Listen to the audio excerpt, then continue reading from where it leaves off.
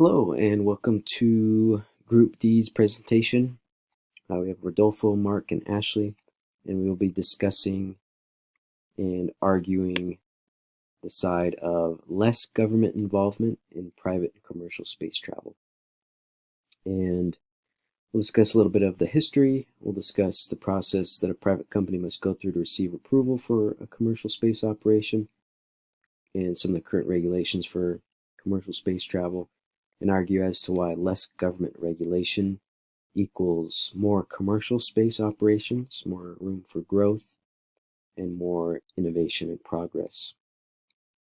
And why more government regulation equals low funding compared to private businesses who can generate their own funding, and more government also constricts growth for these commercial space operations. Just a cool fact just from the Wright brothers' first flight in 1903, only 66 years later was the first man on the moon by the United States, and we were in space even before that. It's pretty cool to see how that innovation happened. And in the 1960s and 70s, the space race really blew the minds and imaginations of everyone, and countries, Russia, China, United States, and others were really racing to get into space. And innovations really skyrocketed, and government organizations like NASA continued to develop spacecraft and conduct missions.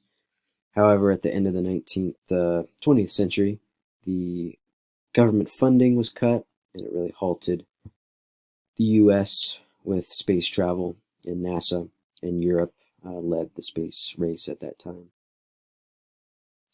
The Commercial Space Act of 1998 was created to, like this quote says, encourage the development of commercial space industry in the United States and for other purposes. And this act really sparked the interest of commercial space travel and kind of got the ball rolling for further development of space travel companies, and kind of really made space travel available to civilians, almost anyone, obviously with money. And it created more growth because, unlike government-sponsored spaceflight operations, commercial space organizations are funded by private organizations. Some of the current companies that you might have heard before: Virgin Galactic with Richard Branson, SpaceX, Blue Origin, and even Boeing and Lockheed Martin have commercial space programs. In 2004, President George W. Bush created the U.S. Exploration Policy, which would kind of change the priorities of NASA, and instead of focusing on projects from the government, NASA would work more with the support and development of commercial space flight, and allow more private companies to the International Space Station, create more spaceports outside of Florida, and they said to bolster private launch services. This all in hope to bring America back into the space exploration, and this less government, we can already see, has a lot of growth and allows more growth for these commercial space flight operations. Hi, I'm Ashley, and I'm going to talk to you a little bit about the current state of the industry. To start, we're going to talk about aviation saw several decades of experimentation and flight in the 1900s before the FAA began regulating it. The Airline Deregulation Act phased out the Civil Aeronautics Board and immediately lifted restrictions, fares, and access to routes. Airlines could now fly anywhere they wanted, and this changed what the market would cost. It made flying a lot cheaper. The airlines adopted the hub and spoke system, which you can see in this picture from Delta at the time. The airlines adopted the hub and spoke system using a few major airports as the central connecting point, and this increased efficiency. For current rules and regulations, a moratorium on regulating human spaceflight was put into place to grant the industry a learning period of sorts. This is similar to the one the aviation industry experienced that allowed them to experience that growth. The US government will issue moratoriums when they feel they don't have enough knowledge to make decisions that will affect this industry. This allows a period of no regulation for growth. The moratorium has been extended once in 2012 and then again in 2015.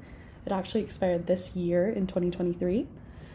What we're asking for is this period to continue so that space travel can continue to grow without the slog of legislature.